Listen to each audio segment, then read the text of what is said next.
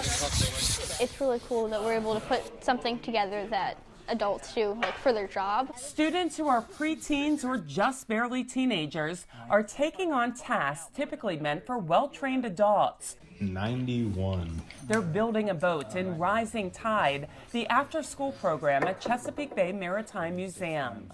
Our goal today is to find the materials to build our trunk. That's the part that holds and houses the center board. It's a St. Michael's Scow, which allowed students and staff to dig into the archives to lean on measurements from the past. The St. Michael's Scow, as far as we as the museum that is housed here know, is the only design that was developed in St. Michael's and built in St. Michael's.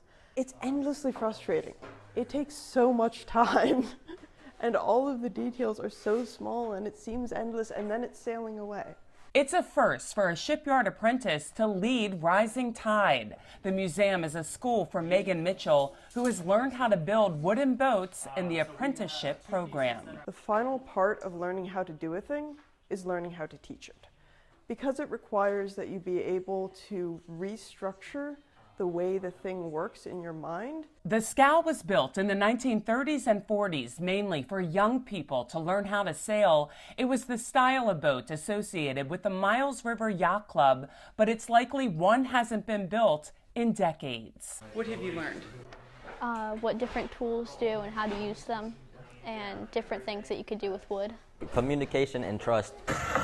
When you're next to someone using a tool with that has saw teeth on it, or a loud tool like the jigsaw, you gotta have trust for them to use it right and not mess up. Sophia Mercado says the program will help her become a graphic designer. Seeing how the shapes of stuff go together and building things and just stuff like that, and they're pretty similar. Just transferring skills that are learned in school, a lot of mathematics skills, a lot of engineering and creative thinking skills, and then putting them into practice in a real world environment where we can afford to make mistakes, we can figure things out as we go, we can troubleshoot, and we can learn as we do it. The education programs manager, Kendall Wallace, says they're building a more modern version so it's structurally sound.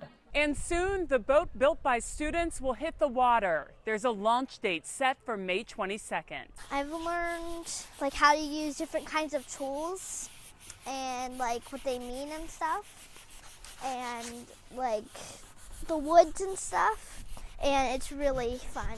Last fall, they built a few stand-up paddle boards. For 18 local students, that time after school is filled with learning the tricks of the trade. For Chesapeake Bay Media's Bay Bulletin, I'm Cheryl Costello.